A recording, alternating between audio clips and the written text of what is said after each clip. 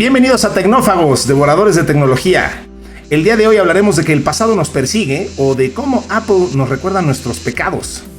Vamos a hablar de la primera ley de inteligencia artificial que nos llega de Europa, la vamos a analizar y vamos a ver qué está pasando en otros continentes respecto a esto. Vamos a hablar de Microsoft, el agua, los centros de datos, todo el problema energético alrededor del consumo de la energía, el problema de la contaminación, en fin, todo lo que hay alrededor de los centros de datos, utilizando un ejemplo de Microsoft.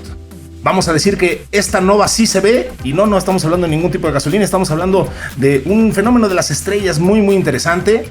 Y tendremos una sorpresa en la sección de la cafetería, porque ahora sí vamos a tener una cafetería de verdad. Vamos a hablar de lo que vimos en China gracias a la invitación que nos hicieron nuestros amigos de Huawei. Vamos a hablar de inteligencia artificial cuando se aplica a una cafetería. Así que no se pierdan este episodio de Tecnófagos, devoradores de tecnología, que inicia en este momento. Kio presenta el podcast de Tecnófagos, una mesa de alta especialidad servida para ti en 3 tiempos. Acompaña a Ricardo Massa y Bernardo González, 2 especialistas en masticar información tecnológica para ti. Prepárate para devorar junto a los tecnófagos todas las noticias de las innovaciones del momento.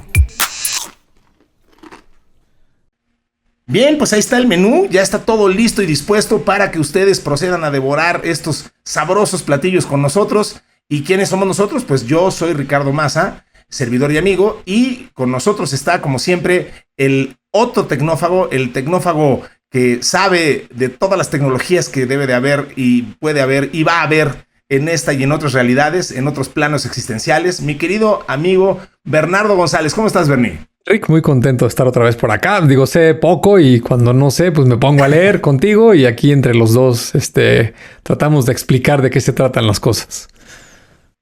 Y bueno, pues vaya que haces una gran labor, mi querido Bernie, ayudándonos a entender a los poco versados como tu servidor de tecnología y entender qué es lo que está pasando. Y aprovecho ese guayabazo para decir que una vez más hemos estado rankeados, según nos informa nuestro querido productor, el señor Mario Terrés, en los más altos lugares de los podcasts de tecnología.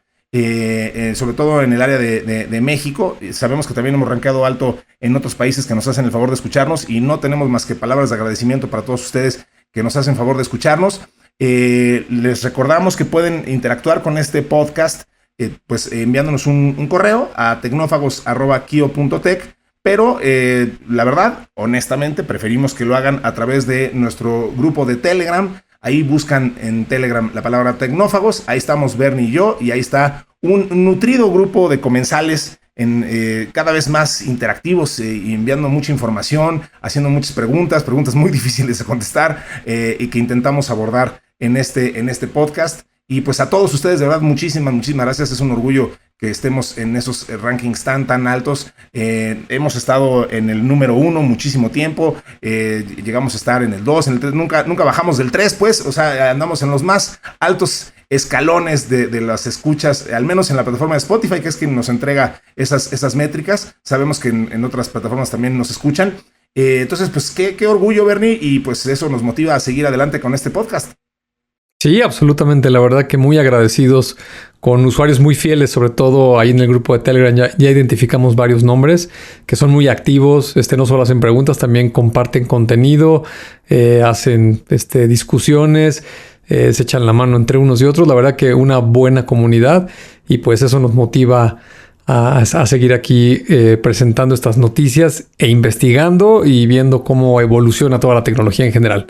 Muy bien, pues efectivamente, vamos entonces a hacer lo que tratamos de hacer aquí con todo cariño y gusto, que es hablar de tecnología, explicarla a la mejor de nuestras capacidades. La entrada de hoy. Una fresca selección con las noticias del momento. Y pues la primera nota que tenemos hoy, mi querido Bernie, es esta que el señor Roger Flores bautizó como El pasado nos persigue, o de cómo Apple nos recuerda nuestros pecados. Muy delicado, bien interesante esto. He estado leyendo esto porque ha causado mucho revuelo, sobre todo en los foros. Porque hubo un bug. A ver, el contexto es ese. Hubo un bug en la actualización del nuevo iOS, del nuevo sistema operativo de Apple, el 17.5.1. Bueno, mejor dicho, perdón. En la versión anterior había un bug que hizo que reaparecieran las fotos que habías eliminado en tu iPhone. Esto fue solamente en algunos casos, pero sí ocurrió que fotos que habías borrado, imágenes personales explícitas, pues puede ser el caso, resurgieron inesperadamente, ¿no? Ahí reaparecían en el rollo de fotografía, como le llaman.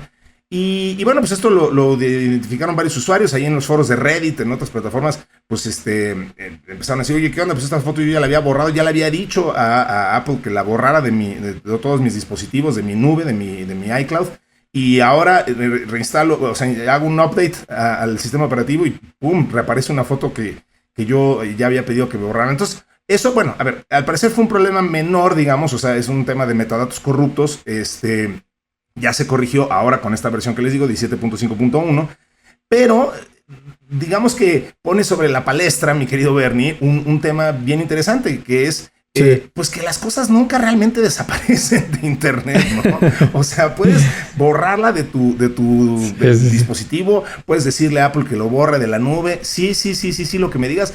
Es bien difícil pensar, aun cuando se reescriba sobre esa información, porque se utiliza esa memoria para otra cosa, es bien difícil pensar que algo desaparezca para siempre de la red, ¿no? Siempre hay que ser bien cuidadosos con lo que se hace y lo que se toma y las fotos y cualquier tipo de información, porque realmente, insisto, pues las cosas nunca realmente se van de internet, ¿no? Esto nos lo recuerda. Y absolutamente, ese es el precio de estar hiperconectados y tener una alta digitalización. Pues la información se puede copiar muy fácilmente a muy bajo costo y siempre hay un riesgo, ¿no? Hay que recordar que una foto que tomaste que a lo mejor tú crees que solo está en tu dispositivo, pues luego se nos olvida que a lo mejor pagamos por ahí un servicio en la nube o tenemos una aplicación que replica con nuestra computadora de escritorio o algún tema por el estilo que en ese momento no somos conscientes, y una vez que ese archivo toca el internet, pues está sujeto a que pase un robot o algún servicio lo utilice para alguna otra cuestión, etcétera, ¿no? Y fíjate que justo a mí me gustaría explicarlo un poquito. Este particular es de Apple, es de fotografías, de lo que se trata la nota que nos acabas de describir, pero creo que en general aplica para cualquier información que manejemos nosotros en cualquier dispositivo, ¿no? Resulta, justo por lo que estoy diciendo, de que ahora hay muchas aplicaciones y hay muchos servicios que se interconectan y te facilitan la vida, que cuando quieres borrar algo, pues tienes que asegurarte de irlo a borrar a muchos lugares, ¿no? Para empezar, hay un tema intrínseco técnico de cómo se guarda la información en una computadora, y voy a empezar por lo más básico, ¿no? El famosísimo disco duro, donde se guarda cualquier tipo de información, que cada vez es menos disco y menos duro, porque ahora los almacenamientos son como memorias, claro, ya son chips. Está en la nube, exactamente, justo. Hay dispositivos que ya ni disco duro tienen propiamente hablando, ¿no? Exactamente, pero el principio sigue siendo el mismo, ¿no? Por un tema de eficientar la escritura y la lectura, difícilmente la información se guarda de manera continua en un lugar en específico. Es muy común que los archivos están fragmentados en el disco. Cuando el disco era circular, pues había muchos tecnicismos de que la información que estaba en la orilla, en la parte más externa del disco, pues el disco giraba a más velocidad, podía leer más datos en comparación de la parte interna del disco, ¿no? Donde en la misma vuelta, acuérdense que los discos se medían por revoluciones por minuto, pues digamos, el espacio que recorre la aguja que está leyendo el material magnético, pues levanta menos información, ¿no? Entonces, había muchas cuestiones que hacían que los archivos se partieran en pedacitos. Entonces, lo más fácil cuando se borra un archivo es que el sistema operativo, generalmente es quien lo controla, tiene una tabla, es como un índice, como el índice de un libro, y si tú dices, oye, quiero borrar este archivo, lo que sucedía es que se borraba del índice, pero no se iba y se sobreescribía en el disco duro la información para que desapareciera, ¿no? De hecho, por eso hay utilerías por ahí o servicios que cuando borras algo accidentalmente, pues hay una oportunidad, no siempre es tan efectiva, pero alguien podría ir a leer el disco a bajo nivel, a tratar de armar entre los bits y los bytes que están guardados en el disco, a ver si puedes recuperar algo, ¿no? Ese es un elemento importante de tomarlo en cuenta, ¿no? El otro es que pues todo mundo hoy en día guarda en Google Drive, OneDrive de Microsoft, o tienes un Dropbox o lo que se te ocurra, ¿no? Y estos servicios, al decir están en la nube, pues están en un centro de datos, tienen cientos o miles de servidores, con un montón de almacenamiento por dentro, y también por una cuestión de redundancia y de darle mayor certeza a tus datos que no se pierdan, pues lo empiezan a replicar en múltiples lugares, ¿no? El ejemplo más sencillo, pues es lo que sucede con la papelera de reciclado que tú tienes en tu computadora o en los dispositivos móviles, ¿no? Prácticamente, ya sea Android o cualquier versión de iOS, de iPhone, de Apple, cuando tú borras una foto, por default se va a la papelera de reciclaje. Si te arrepientes, pues sigue estando en tu teléfono y la puedes recuperar, ¿no? Me parece que el estándar es como 30 días, el tiempo que se va eliminando, ¿no? Cuando te vas a la nube, estos sistemas que tienen esta alta redundancia, pues sucede algo similar. Y para concluir, yo quisiera enfatizar que, por ejemplo, los servicios como redes sociales, es muy importante que los usuarios lean los términos y condiciones, porque ahí claramente ¿Esos que nunca leen? Esos que nunca nadie lee. Mira, por ejemplo, yo una vez por curiosidad leí el Snapchat, ¿no? ¿Sí? Me acuerdo que el principal característica que tenía cuando apareció esta plataforma es que tú subías un video o una foto, yo te la mandaba a ti, y tú al momento que la veías, no sé, en 30 segundos desaparecía, ¿no? Y entonces yo podía mandarte cualquier cosa y decir, no, pues cuando Ricardo labra, al minuto desapareció. Pues no, ¿qué crees? Que dice el términos y condiciones de Snapchat, oye, ya no la va a ver Ricardo en su teléfono. Eso es una cosa.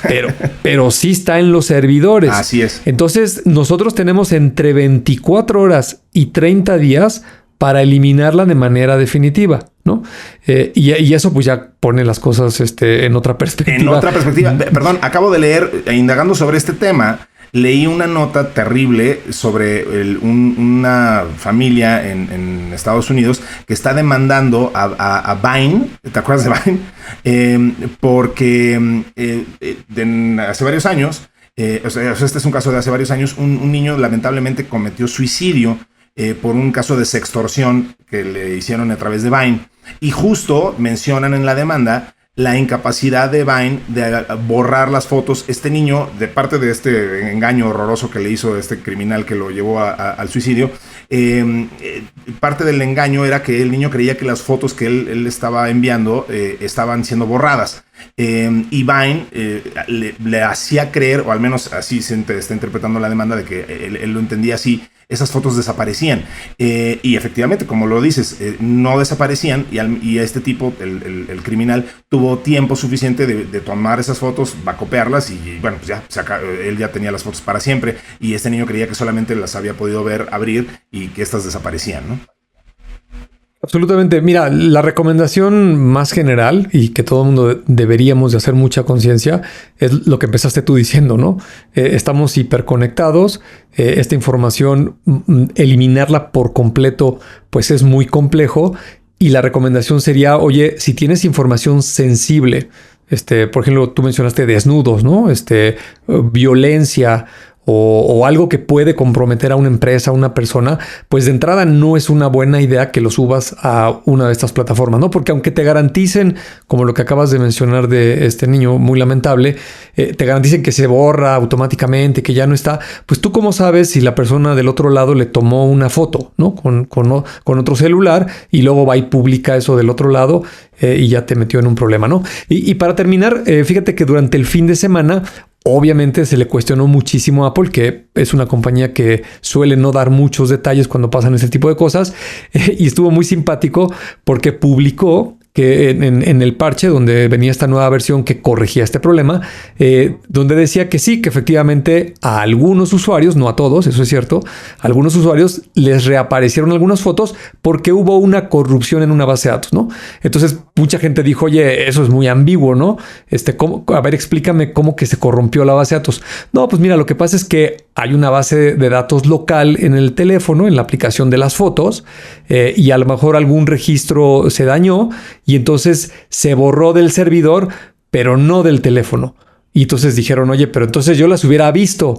No, bueno, es que no estaban en la aplicación, estaban en el file system del teléfono. Y luego empezaron a preguntar, oye, pero ¿cómo están las fotos en el file system y no en la base de datos de la aplicación?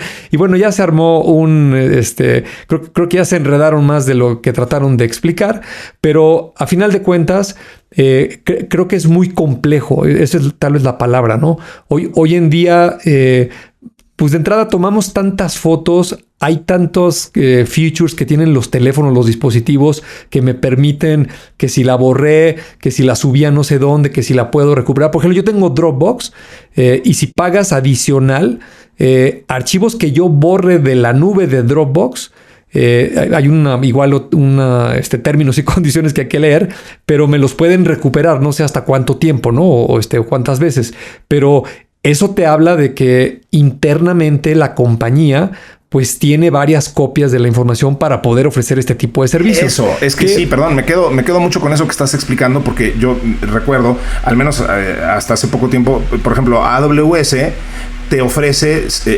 servicios justamente para evitar que se pierda la información. O sea, la gente que tiene que entender que hay las empresas, empresas de centros de datos hacen grandes esfuerzos por mantener esa información. El propio Kio hasta hace algunos años incluso ofrecía los servicios de backup en cinta física, ya cuando eventualmente era información que ya no querías, pero de todas formas en algún lugar del mundo querías que siguiera existiendo.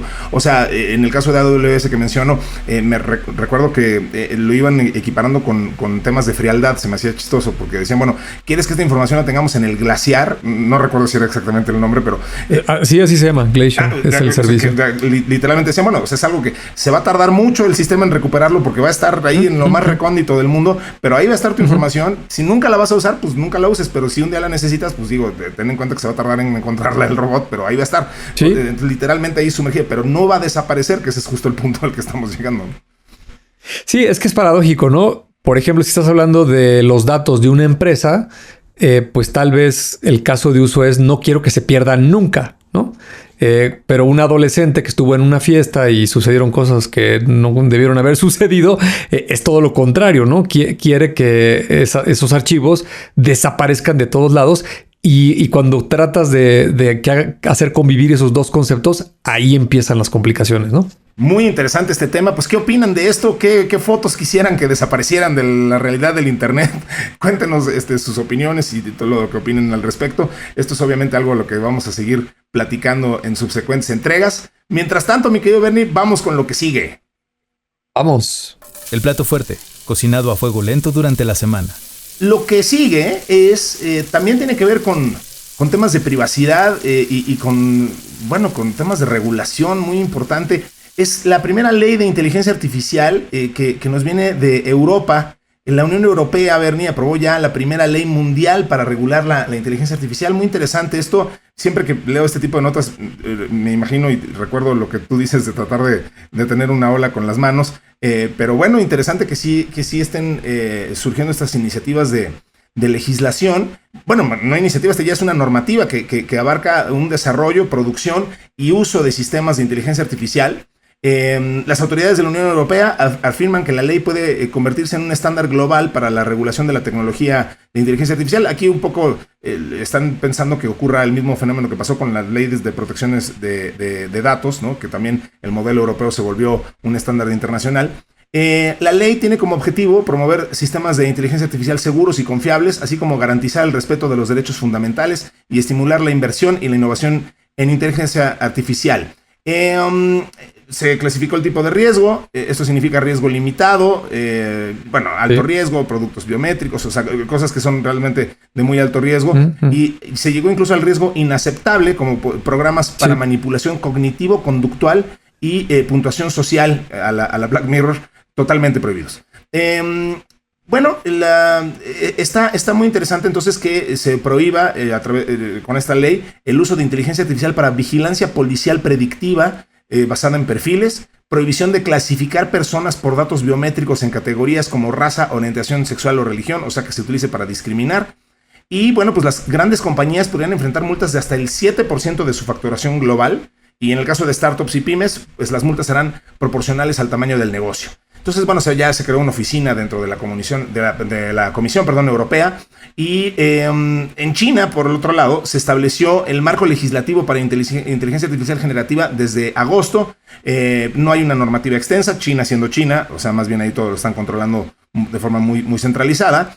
En México existen 31 iniciativas ante el Senado y solo 2 propuestas de reformas constitucionales. Y mientras tanto en Estados Unidos las propuestas se encuentran en discusión y los avances quedaron en manos de grandes empresas. Entonces, bueno, en Europa se da ya por fin este primer gran paso. ¿Qué opinión te merece esta ley para controlar y regular la inteligencia artificial de la Comunidad Europea, Bernie?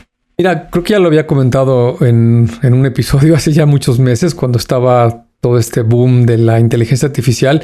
La Unión Europea pues es el bloque económico de países que se ha caracterizado ya desde hace varias décadas por ir a la vanguardia en este tipo de regulaciones, ¿no? Tratar de ponerle límites a las empresas, de proteger a los ciudadanos, de darles mayores derechos, un poco más de equidad, etcétera, ¿no?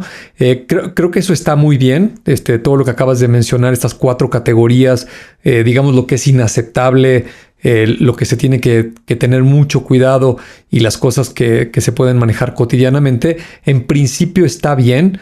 Le están poniendo multas, me parece que hasta el 7% de las ventas. Esa es una multa muy, muy alta incluso para las grandes tecnológicas. Si alguna empresa viola este reglamento, esta ley, lo van a sancionar económicamente. Y yo te diría que la única cosa que me deja un poco inquieto, me preocupa en el bloque europeo, es que se les pase un poco la mano. Y entonces en Europa no se puedan hacer algunas cosas, ¿no? O las empresas sean demasiado cuidadosas con los servicios que están tratando de ofrecer y entonces le quiten características o sea el último mercado al que piense entrar una tecnológica porque la pueden sancionar, ¿no? Y eso, por el otro lado, en los territorios donde sí lo pueda hacer, pues le puede dar mayor competitividad a las otras economías, ¿no? Pero pues es algo que apenas está comenzando y esto es una carrera larga. Tendremos que ver cómo se desempeña, ¿no? Déjame comentar algo muy brevemente porque estuvo divertido. Fíjate que el fin de semana que estaba leyendo esta nota, me metí a la versión web de ChatGPT. Ya saben que yo pago los $20 y me salió un letrerito que decía que ya podía descargar esta versión de escritorio que anunciaron hace 3 semanas la gente de OpenAI, ¿no?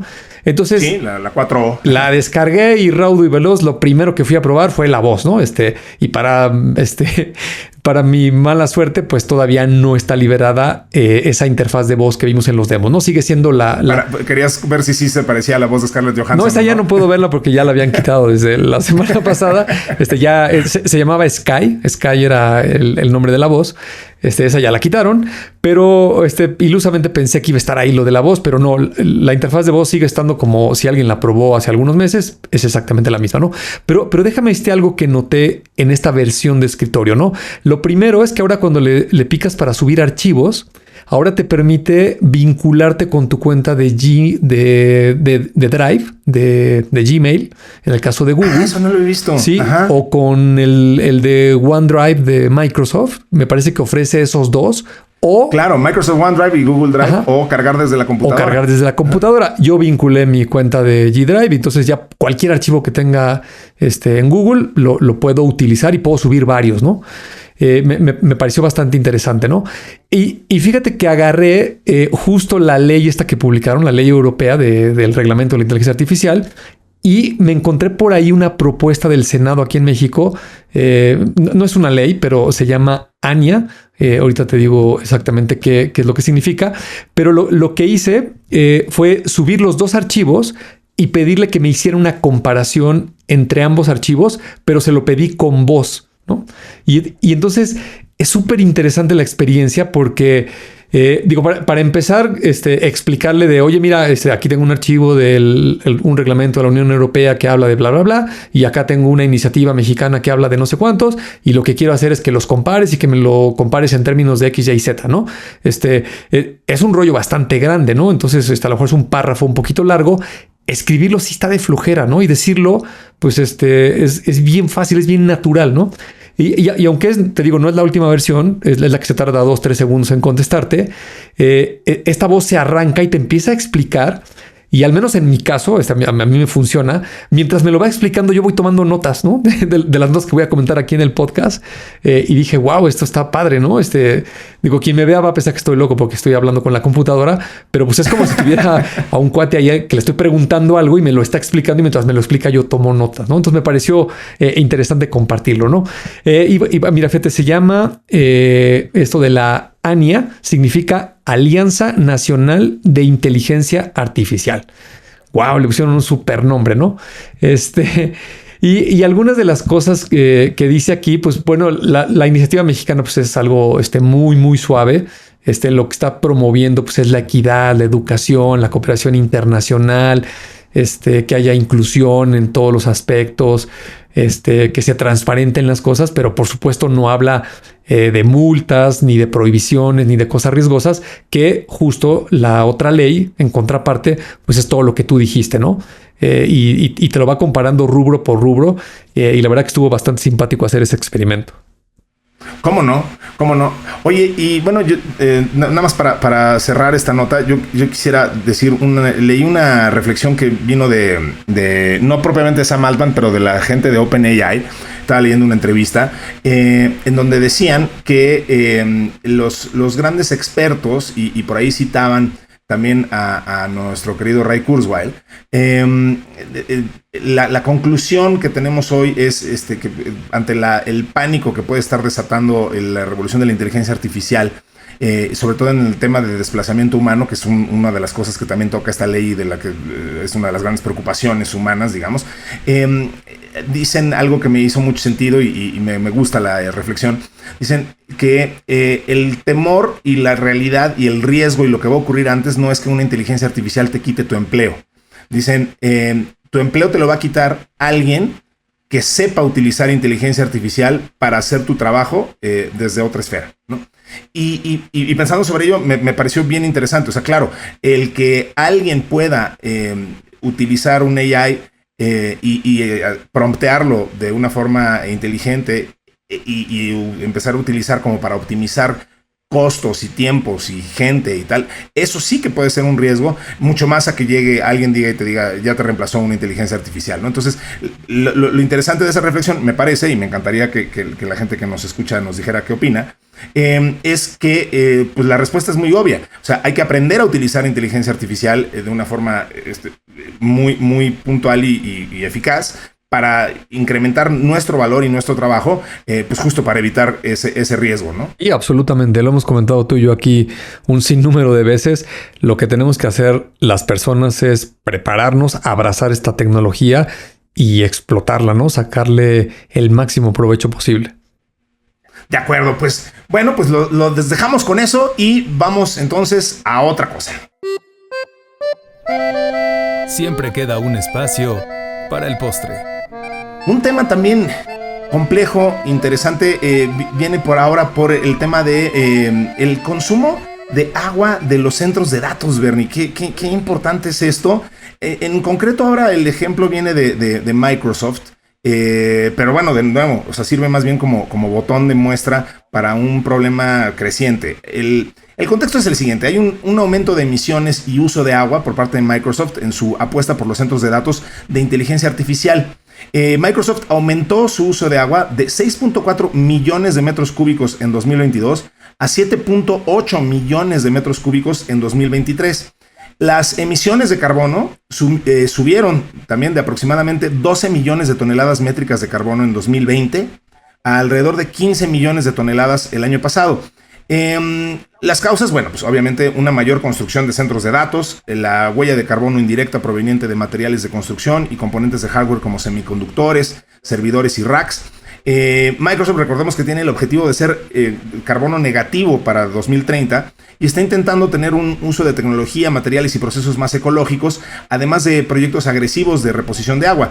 Sin embargo, pues recordemos, necesitamos una creciente demanda energética y de recursos para dominar la industria de la inteligencia artificial y esto es muy difícil alcanzar esos objetivos porque, bueno, pues la inteligencia artificial, además, recordemos, requiere un enorme consumo de energía, de datos, y eso se ve reflejado en este consumo. Entonces, según CNBC, Goldman Sachs proyecta que el 60% del consumo energético de los centros de datos va a provenir del gas natural y el resto de energías renovables. Se requiere un avance energético significativo en tecnologías como la fusión, que ya hemos platicado aquí de sus posibilidades para satisfacer la demanda. Algunos expertos sugieren que la industria de la inteligencia artificial podría depender incluso de la energía nuclear, que es muchísimo más eficiente. Amazon ya hizo algo al respecto. Invirtieron en $650 millones en un centro de datos que se alimenta de una planta nuclear en Pensilvania. Es una brutalidad. Microsoft también ha demostrado interés en energía nuclear. La evidencia una reciente oferta de trabajo para construir infraestructura de energía nuclear. Entonces, pues bueno, a ver, es muy importante que la industria encuentre formas de reducir su huella de carbono y uso de agua para mitigar el impacto ambiental y social, Bernie, porque obviamente estamos hablando de una de las industrias más importantes del mundo moderno. Cada vez vamos a necesitar, lo hemos platicado, más centros de datos más cercanos, con mayor eficiencia, pero obviamente pues los centros de datos consumen energía y consumen agua y requieren refrigeración. Incluso ya hemos platicado aquí algunos inventos e experimentos que han hecho algunas marcas. La propia Microsoft hizo alguna cosa construyendo centros de datos bajo el agua, bajo el mar, pues estaba intentando aprovechar el enfriamiento natural que eso le daba. Entonces, pues estamos en una disyuntiva, ¿no? O sea, necesitamos hacer cada vez más centros de datos, pero necesitamos que sean más eficientes y que disminuyan sus consumos para ser ecológicamente sustentables, ¿no? Sí, fíjate que esta nota es súper interesante, me encanta porque toca un montón de aristas, ¿no? Justo hoy en la mañana, no me acuerdo dónde lo leí, creo que en un newsletter que me llegó por ahí, traían una reseña de los nuevos centros de datos que demanda la inteligencia artificial, ¿no? Entonces yo dije, oye, pues en general deben ser pues un poco más grandes, con mayor potencia, más enfriamiento, etcétera. Pero cuando me puse a leer los detalles, es un paradigma completamente distinto, ¿no? Y déjame decir algunas cosas. Por ejemplo, ya ves que Elon Musk siempre habla de estos principios fundamentales y de por qué saber estas cuestiones básicas de las matemáticas, de la física, de la química. Pues resulta que el agua, digamos que transmite el calor, lo disipa 4 veces más que el aire, ¿no? Esa es una propiedad física del agua. Entonces, enfriar con agua pues es 4 veces más eficiente. Y me dio curiosidad y me metí a ChatGPT a preguntarle, por ejemplo, estas nuevas tarjetas Blackwell, las que presentó Nvidia, que son estos procesadores para la escala de un data center, que por cierto, no acabaríamos este podcast nunca, pero paréntesis, volvió a romper récords de ingresos y de utilidades la empresa Nvidia. Sí, bueno. Cierro el paréntesis para no desviarnos, pero yo no sabía que estos servidores se calientan a una temperatura de entre 70 y 85 grados centígrados. Para que se den una idea, nuestros amigos, la industria de los servidores normales, los que usamos en nuestras empresas, pues se llegan a calentar entre 30 y 40 grados centígrados, ¿no? Por eso hay que enfriarlos y bajarlos a 20. Pero estos que se calientan a 70, 85, no los vas a enfriar con aire, no se puede, ¿no? Le tienes que meter tuberías al centro de datos para poder enfriarlos con agua, ¿no? Ese es en el tema, digamos, del enfriamiento.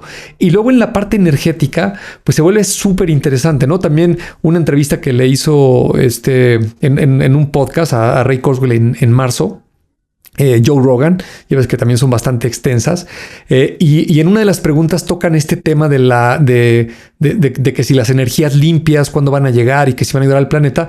Y la opinión de Kurzweil es que en 2029 el planeta va a ser autosuficiente solamente con energías limpias, ¿no? Mayoritariamente solares y de viento, ¿no? Y me hizo recordar que Elon Musk, hace algunos años, también había dicho que toda la demanda energética de los Estados Unidos se podría cubrir con paneles solares en una superficie de 100,000 millas cuadradas, ¿no? Son como 26,000 kilómetros cuadrados, una superficie más o menos así, y decía que eso se podía lograr en alguna esquina del estado de Texas o de Nevada o de Utah, ¿no? Esas planicies allí en los desiertos, si lo forraban de pues millones de paneles solares, podía ser autosuficiente solamente con energía solar, ¿no? Me llama mucho la atención porque luego ya sabes que la energía nuclear, la fusión, la fisión, pues tiene muchas complicaciones y riesgos, y siempre las energías limpias pues son mucho mejores. Me llama la atención que estos dos personajes digan que eventualmente la vamos a alcanzar, ¿no? Google, hace 2 semanas que presentó su conferencia de desarrolladores, el I/O 2024, por ahí presumía que sus centros de datos ya están en el orden de los terawatts por hora, ¿no? Le pregunté a ChatGPT y me dice que Google consume algo así más o menos como 22, 23 terawatts por hora, todos los centros de datos de Google, pero fíjate, equivale al 5% de lo que consumen todos los centros de datos del mundo. Y luego todos los centros de datos del mundo son menos del 1% de la demanda energética del mundo actualmente, ¿no? Y es una brutalidad porque estamos hablando de terawatts, ¿no? Para que la gente se ubique con su recibo de la luz en su casa, pues hablamos de watts, ¿no? Los aparatos están en el orden de los watts. Tu recibo seguramente llega en kilowatts, pero al igual que los datos, luego faltan los megawatts, luego faltan los gigawatts y luego vienen los terawatts, ¿no? Entonces es una brutalidad lo que está demandando ya el mundo de energía, y es una muy buena señal, pues, que se vaya a cubrir idealmente con energías limpias, o si no apoyado un poco con energía nuclear, pero que definitivamente esto reduzca la huella de carbono. Y lo que comenté al principio relacionado con los centros de datos que se están construyendo en este momento exclusivamente para hacer procesamiento y entrenamiento de algoritmos de inteligencia artificial, pues es una categoría de centros de datos muy distinta a la que estamos acostumbrados, ¿no? Totalmente. Bueno, y el mejor ejemplo, quizá negativo, que tenemos aquí los que vivimos en la Ciudad de México es que aumenta el consumo de la energía de una forma ligeramente inusual, como es el que la gente prende sus ventiladores porque hace mucho calor y empieza a haber apagones. O sea, sí. Así de, en ese orden está la infraestructura. Bueno, eso, perdón, es porque la red no la han crecido, ¿no? Y ya sabemos justo por qué no la ha crecido, ¿no? Las inversiones no, a eso que me refiero. O sea, imagínate cómo está la demanda. Sí. O sea, necesitamos, o sea, no tenemos infraestructura para aguantar unos ventiladores y necesitamos infraestructura para aguantar justo un mundo que ya consume energía a esos niveles de terawatts. Entonces sí hay que echarle ganitas a ese problema, porque vaya que es importante y que lleguemos a ese punto de consumo de energías limpias, como bien dices, y bueno, pues para la enorme demanda de energía que va a tener este mundo, que está teniendo ya. Sí, es espectacular. Yo ya había visto esos, y ahora pues justo con nuestros amigos de Huawei tuve oportunidad de ver estos racks que se usan para consumo de inteligencia artificial, que son altísimos y que generan una cantidad de calor y liberan una cantidad de energía brutal, y pues obviamente, como bien nos explicas, necesitan una gran capacidad de enfriamiento. Entonces, pues sí, cada vez que usted usa ChatGPT, está usted usando una gran cantidad de energía en algún centro de datos del mundo, y pues eso hay que enfriarlo. Pero bueno, Bernie, hablando de liberación de energía, pues justo tenemos una siguiente nota bien interesante respecto a eso, pero a niveles cósmicos y galácticos, así que si no dispones de otra cosa, vamos a ella. Porque sí que se libera energía aquí en todas partes, pero aquí sí a niveles cósmicos. Va a ser visible una nova, un fenómeno de estas estrellas que se encienden, no al nivel de una supernova, pero sí el nivel anterior, y esto va a ser visto entre mayo y septiembre. Una enana blanca se va a ir a niveles termonucleares. Esto es en la constelación de la corona boreal, que parece una carita sonriente. Y bueno, normalmente es demasiado tenue para ser visible a simple vista, pero cada 80 años aproximadamente, una explosión termonuclear le hace 10,000 veces más brillante. Y lo que me encantó es entender el por qué ocurre este fenómeno, Bernie. Es espectacular. Esta enana blanca, que como sabemos es como una de las... Digamos, entiendo que es solo una de las dos formas en las que una estrella puede terminar su vida, ¿no? O sea, cuando se le acaba el combustible, si es de cierto tamaño, o sea, si son chiquitas como nuestro Sol, pues se les acaba el combustible y se extinguen hasta convertirse en una enana blanca, que simplemente brilla, pero ya no emite tanta energía. Y si es colosal, es gigante, pues entonces se colapsa y se convierte en un agujero negro. Pero bueno, el punto es que estamos hablando de una enana blanca que tiene de compañera a una estrella gigante, a una de estas rojas gigantes que le va vertiendo material nuclear que cae sobre la enana y entonces se va acumulando en la superficie hasta que llega cada cierto tiempo, estos 80 y tantos años, le da una capa de unos pocos metros de profundidad y entonces pues es material que es hidrógeno eventualmente. Una chispa provoca una reacción de fusión nuclear descontrolada y esto causa la explosión. Entonces es extraordinario que estas dos estrellas, pues la grandota le está vertiendo material a la chiquita y de repente cada 80 años, ¡fum!, hace este fenómeno de nova que va a ser visible, insisto, muy pronto, entre mayo y septiembre. Esto en la constelación de Corona Boreal, un fenómeno fascinante. Y la verdad que ese tema es increíble, ¿no? Es del que menos sabemos tú y yo de astrofísica y de todas estas cuestiones, pero cómo nos gusta. Pero cómo nos gusta, ¿eh? Y la verdad es que luego la gente se pregunta eso, ¿no? Oye, pero es que si la inteligencia artificial llega y entonces automatizas todo, ¿y entonces qué va a hacer el ser humano? Pues te puedes salir del planeta y vas a entrar a un universo del cual sabemos muy poco y que funciona de una manera también maravillosa, ¿no? Fíjate que en TikTok hay una persona, es un mexicano, no sé si se pronuncia así su apellido, se llama Miguel Alcubierre, es matemático, astrofísico, creo que es hasta de la UNAM, tiene por ahí un par de libros. Y es muy simpático porque te explica las cosas, los fenómenos astrofísicos de una manera muy, muy digerible, muy entendible. Okay. Y el que quiero comentar es muy breve. Fíjate que él hacía alusión a que hace algunos meses sucedió un fenómeno donde por primera vez, al menos en la historia de la humanidad, pudimos observar cómo dos agujeros negros colisionaron y se convirtieron en uno solo, ¿no? Pero sí, fíjate lo que me sorprendió. Era un agujero más pequeño uno que otro, ¿no? El más pequeño tenía la masa 29 veces del tamaño de nuestro Sol. O sea, 29 veces más grande que nuestro Sol. El otro agujero más grande era 36 veces el equivalente a la masa del Sol, ¿no? Entonces, estos dos empiezan a acercar y ¡fum!, se fusionan, ¿no? Y cuando se fusionan, los astrónomos, los astrofísicos miden la masa de ese nuevo agujero y es de 62 veces la masa del Sol. Es decir, se perdieron 3 soles en esa fusión, ¿no? Que es una brutalidad de tamaño, ¿no? Y luego explica en cuánto tiempo se dio la fusión, ¿no? Y esa fusión ocurrió en una décima de segundo, o sea, en 100 milisegundos. Estos dos agujeros negros colisionan y se fusionan, ¿no? Y se liberan esos 3 soles. O sea, imagínate la energía de nuestro Sol. Agarra 3 soles y toda esa energía libérala en una décima de segundo.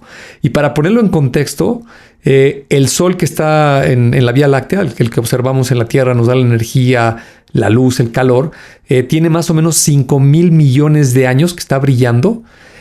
No ha logrado convertir ni siquiera el 1% de su masa total en energía, es decir, le queda muchísima vida por delante. Y estos fenómenos de estos dos agujeros los observaron los astrónomos porque están a 1,300 millones de años luz, ¿no? O sea, cuando esos agujeros negros colisionaron, en la Tierra solo había bacterias, ¿no? O sea, si alguien nos hubiera venido a visitar, pues hubiera creído que aquí no había vida y que no había nada interesante, ¿no?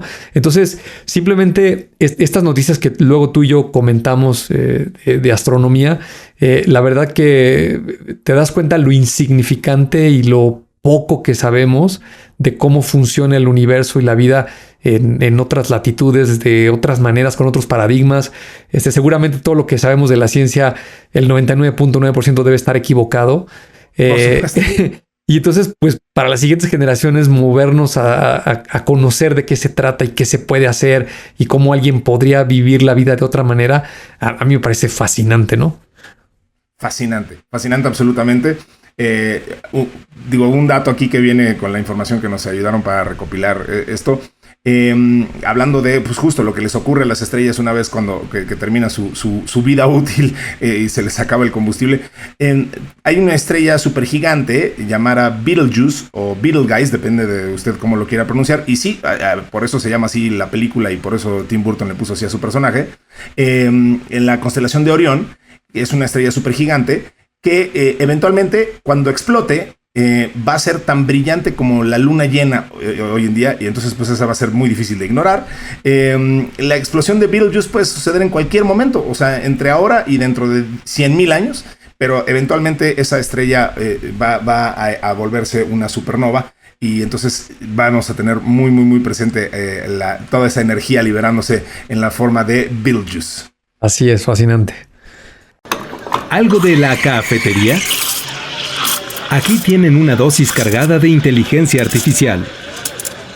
Bueno, Bernie, pues en esta ocasión, como decía yo en el intro, tenemos una sorpresa algo diferente para nuestros escuchas y la gente que nos hace favor también de vernos en la plataforma de Spotify.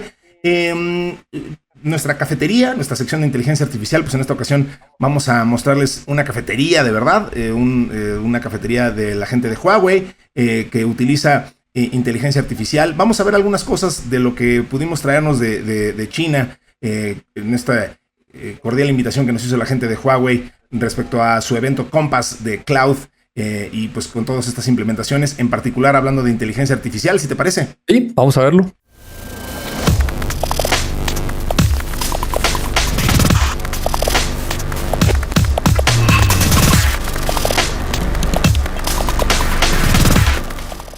Esto que están viendo es una cafetería inteligente de Huawei que utiliza una tecnología llamada etiquetas pasivas.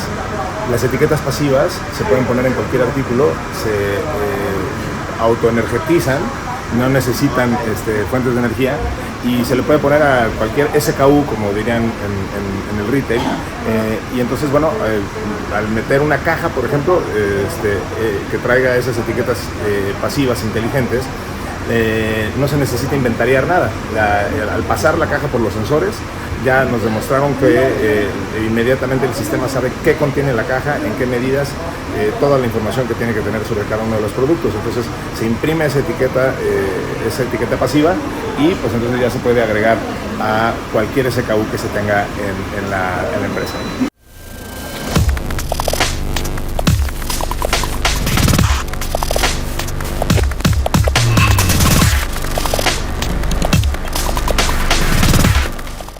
Muy bien, pues eso fue lo que trajimos desde China.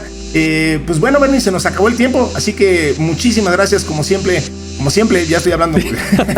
Como el chino aquí. Muchísimas gracias a Mario Terrés en la edición, a Roger Flores en la redacción y a Diana Álvarez en la producción.